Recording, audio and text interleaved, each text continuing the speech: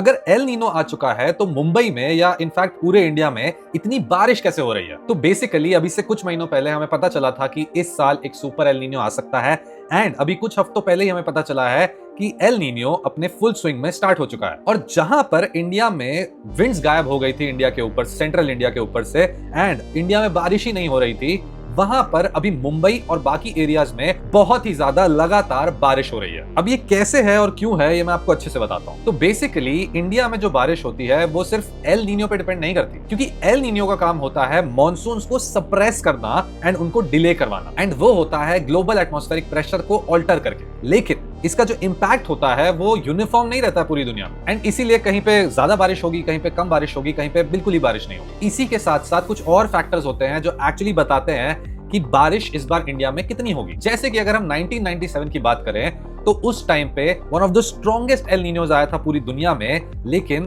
बहुत ज्यादा heavy rainfall हुई थी इंडिया में। और वो कैसे हुई थी? वो हुई थी इंडियन ओशन डाइपोल की वजह से, क्योंकि उस साल इंडियन ओशन डाइपोल पॉजिटिव था, एंड क्योंकि वो पॉजिटिव था तो इंडिया पर बारिश ज्यादा हुई थी। अब अगर आपको ये नहीं पता है कि इंडियन ओशन डाइपोल क्या है या आपको ये नहीं पता एल नीनो क्या है, तो मेरे प्रोफाइल पर ये सारी वीडियोस अवेलेबल हैं, आप वहां जाकर देख सकते हैं। इसी के साथ साथ अरेबियन सी डिस्टर्बेंसेस भी बहुत ज्यादा काम करते हैं, जहां पर लो प्रेशर एरियाज बन जाते हैं अरेबियन सी के नियर बाय एरियाज में, एंड वहां पर सारा जो हैवी मॉइस्चर है उसको खींच लिया जाता है वेस्टर्न कोस्ट की तरफ, एंड इसी वजह से मुंबई में आपको बहुत ज्यादा बारिश दिखने लगी है। इसके अलावा साउथ वेस्ट विंड्स वापस आ चुकी हैं एंड अपने साथ ले आई हैं साउथ वेस्ट क्लाउड्स को, एंड उसकी वजह से भी बारिश बहुत ज्यादा हो रही है इंडिया में। तो इसीलिए El Nino is not the only factor जो डिटरमाइन करेगा कि इंडिया में बारिश कितनी होनी है, लेकिन यहां पर बात यह भी है कि इंडिया में इस बार जो एवरेज रेनफॉल हुई है वो काफी ज्यादा कम है पिछले कई सालों से। तो जैसे जैसे सीजन आगे बढ़ता है मॉनसून का, हमें देखना पड़ेगा कि ये जो रेनफॉल हो रही है वो एवरेज रेनफॉल से कम है, ज्यादा है या सेम है पिछले कुछ सालों से,